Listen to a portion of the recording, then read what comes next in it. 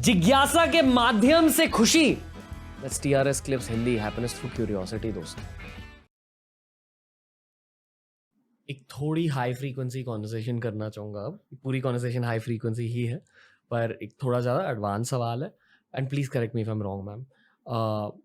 आपका meditation school, उसे लोग ब्रह्मा कुमारी के नाम से जानते हैं। और जितने भी थोड़े एडवांस्ड मेडिटेशन स्कूल्स हैं इंडिया में, हर किसी की आइडेंटिटी हल्के से अलग होती है, मेडिटेशन स्टाइल्स अलग होते हैं। जितना मैंने समझा है ब्रह्मा कुमारी के बारे में, I don't know enough. Firstly वहाँ से शुरुआत करूँगा। दूसरी चीज़ ये कहना चाहूँगा कि मैंने सुना है कि ऐसी एक मेडिटेशन होती है जहाँ आप अपने कॉन्शियसनेस को एक हायर रेल्म में लेके जाते हो और वहाँ से इंफॉर्मेशन डाउनलोड करके इस रेल्म में लेकर आते हो। आप इस चीज़ को समझा सकते हो? क्या मैंने कुछ गलत कहा है? नहीं, नॉट इट। इंफॉर्मेशन नहीं, शक्ति, पावर। ओके, राजयोग मेडिटेशन कहते हैं इसको। ओके, जो हम यहाँ सीखते हैं उसको राजयोग मेडिटेशन कहते हैं। योग मतलब कनेक्शन। अगर आप अभी यहाँ बैठकर किसी को याद करोगे तो मैं बोलूँगी इनका योग ना उनके साथ लगा हुआ है, because you are remembering someone else. आपके साथ किसी का कनेक्शन आपका लगा हुआ है। तो राजयोग मतलब connection with the highest, with the supreme power, मतलब आत्मा का परमात्मा से कनेक्शन। तो जब जिसको भी आप याद करोगे, अभी आप यहाँ किसी को भी याद कर लो, आप जैसे ही उनको याद करोगे ना, आपको एक फीलिंग आनी शुरू होगी। एंड वो जो फीलिंग होगी, that will depend on what is the state of the mind of that person जिसको आप याद कर रहे हो। वाओ। या of course, because you just connected to the frequency of that person ना। इसीलिए आप देखो, किसी बच्चे के साथ कुछ होता है, घर पे मम्मी कहती है मेरा बच्चा ठीक नहीं है। लोग कहते हैं अरे कुछ भी नहीं हुआ, अभी अभी तो वो गया था यहाँ। कहती नहीं, आई कैन फील इट, मेरा बच्चा ठीक नहीं है। And 99 out of 100 times they are right. मतलब एक हायर रेल्म होता है। नहीं, इसमें तो ये नॉर्मल है। जस्ट आत्मा आत्मा को याद करती है उसकी। अभी आप किसी को भी याद कर लो, it is like logging into that website. जिसको याद किया ना, वो वाला डेटा डाउनलोड हो जाएगा। So if you are right now, let's say आप अपनी मम्मी को याद कर लो, ठीक है? बस याद करो, उनके बारे में सोचना शुरू करो। सपोज बाय चांस वो इस समय स्ट्रेस्ड है किसी बात को लेकर, वो कुछ और उलझन में है इस समय, तो आपने एक स्ट्रेस्ड माइंड के साथ कनेक्शन जोड़ दिया अपना। तो वहाँ की वाइब्रेशन आपके माइंड के ऊपर असर करेगी, बट आपको पता नहीं चलेगा कि ये उस वजह से हो रहा है। और आपको थोड़ी देर में एक थोड़ी सी डिस्कम्फर्ट फील होने लगेगी, because you logged in to a stressed mind. इसीलिए हमने बचपन से सीखा था, सिमर सिमर उसको याद करो। सबके साथ रहो, लेकिन यहाँ किसी को मत रखो, क्योंकि यहाँ जिसको रखोगे आपकी स्टेट ऑफ माइंड पे वो इन्फ्लुएंस, जो आप बोलते हो, वो इन्फ्लुएंस होता जाएगा। तो राजयोग मतलब मैं आत्मा हूँ, परमात्मा को कनेक्ट करो। तो meditation means I the soul, I am connecting to the supreme soul. परमात्मा कौन है? निराकार परमात्मा है। मैं आत्मा भी निराकार हूँ, एनर्जी, परमात्मा भी निराकार है, शांति का सागर है। हम कहते हैं ना, तू प्यार का सागर है, तू सर्व शक्तियों का सागर है। कनेक्ट। अब जैसे ही कनेक्ट हुए तो फिर उसकी शक्ति, उसका प्यार, वो शांति, वो फीलिंग आती जाएगी। और रोज जब करते जाएंगे तो इट्स लाइक बैटरी को पावर हाउस से कनेक्ट कर दिया, तो धीरे धीरे धीरे धीरे बैटरी चार्ज होती जाएगी। फिर सारा दिन में ध्यान रखना है, कोई ऐसा कर्म नहीं करना जिससे बैटरी फिर डाउन हो। तो कनेक्ट करना है और सारा दिन फिर उसको कर्म में लेकर आना है। तो that is Rajyoga. I am 100% sure कि आप पूरे टेक्निक को यहाँ शेयर नहीं कर सकते, पर आप एक ब्रीफ ओवरव्यू दे सकते हो टेक्निक के बारे में। टेक्निक तो बहुत सिंपल है, और अगर कोई और भी अच्छे से सीखना चाहे तो वो किसी भी सेंटर पर आकर सीख सकते हैं। और हर सेंटर पर सिस्टर्स हैं जो सिखाती हैं, and it's always seva, so there is never any cost attached. Brothers क्यों नहीं है? ब्रदर्स भी हैं बट कम है। सरेंडर्ड सेंटर पे ब्रदर सिस्टर्स सब है जो आते हैं, बट जो सेंटर पर रहते हैं सरेंडर्ड। माउंट आबू में हेडक्वार्टर में आप आएंगे तो ब्रदर्स ही ब्रदर्स हैं। ब्रदर्स ज़्यादा है, सिस्टर्स कम है जो सेवा करते हैं। सेंटर्स क्या होता है, छोटे छोटे होते हैं। जैसे आप बॉम्बे में आएंगे, सेंटर एक फ्लैट है, तो एक फ्लैट के अंदर फिर सिर्फ सिस्टर्स रह सकती हैं। सेम फ्लैट में ब्रदर्स एंड सिस्टर्स नहीं रह सकते हैं। तो मेजॉरिटी, इसीलिए it's called Brahma Kumaris, because right from the beginning, मतलब 1937 में जब विमेन का वो रोल और पोजीशन नहीं था समाज में, लेकिन sisters were put in the front to administer the organisation, and to also share the meditation, because इसमें ना बहुत पालना करनी पड़ती है. It's requires a lot of motherly thing. एक एक आता है, उसको सिखाना है, उससे करवाना है. और फिर ब्रह्मा कुमारीज में हमारी काफ़ी सारी मतलब अगर आपको ये करना है तो आपको थोड़ी सी सेल्फ डिसिप्लिन लानी है लाइफ के अंदर, अपनी लाइफस्टाइल में काफ़ी सारी शिफ्ट्स लानी है.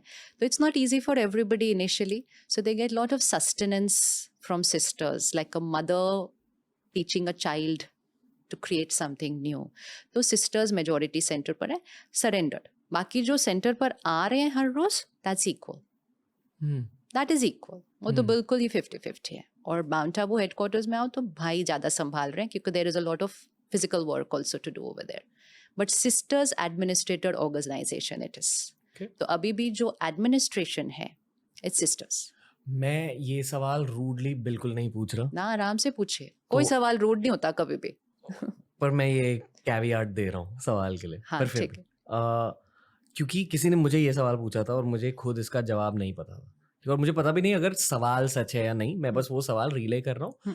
दिल्ली में एक मीट एंड ग्रीट रखी थी 2018 में, और किसी लड़की ने मुझे ये सवाल पूछा था कि जनरली स्पिरिचुअल वर्ल्ड में, और जब हम किसी स्पिरिचुअल यूट्यूब चैनल पर जाते हैं तो अक्सर मोस्टली हमें मर्द दिखाई देते हैं. औरतें कम क्यों है इंटरनेट पर, स्पेशली स्पिरिचुअल पर्सपेक्टिव, स्पिरिचुअल दुनिया से. आप अब मेरा सवाल समझिए. अंडरस्टूड. कि पब्लिक आई में शायद आप हो, और मैं एक दो और लोगों को नेम कर सकता हूँ, पर ये क्यों हो रहा है? अगर आप थोड़ा सा पीछे जाएंगे, we are very male dominated society. तो जब कोई सन्यास भी लेता था तो कौन सन्यास लेता था? आपने देखा है ना, ऋषि मुनि तपस्वी, उन्होंने घर बार छोड़ा, घर छोड़ के वो सन्यास लेकर चले गए, विच इज़ वेरी इंपॉर्टेंट. उनकी तपस्या ने सृष्टि को थमा कर रखा है. लेकिन उनको परमिशन थी कि वो घर छोड़कर जा सकते थे. बहनों को परमिशन नहीं थी कि वो घर जोड़कर जा सकते थे. वो ईरा ही नहीं था कि जहाँ बहनें अपनी कोई. इसीलिए जब 1937 में ये स्टार्ट हुआ, and because we are practising soul consciousness, so purity is a very fundamental thing. क्योंकि आप बॉडी की खींच के ऊपर उठ रहे हो, you are rising to a higher level. तो लस्ट आपके खींच को नीचे लाता है और प्योरिटी आपको ऊपर लेकर जाती है. So to practice soul consciousness, not that everybody has to do it, but we understand it is the right way. तो जो करना चाहे वो करता है. So we practice celibacy. क्यों soul consciousness करना है तो वो लस्ट तो आपको हर रोज ही नीचे ले जाएगा बिल्कुल. तो जब शुरू में ये हुआ 1937 में, मतलब यू कांट इवन इमेजिन क्या हुआ होगा उस टाइम.